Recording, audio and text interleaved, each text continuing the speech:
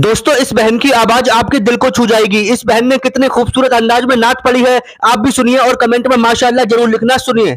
मैं गुलामे मुस्तफा हूँ, ये मेरी पहचान है।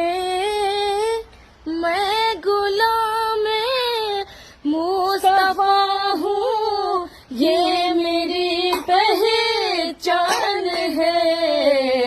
क्यों किसी के दर पे जाए आपके होते हुए।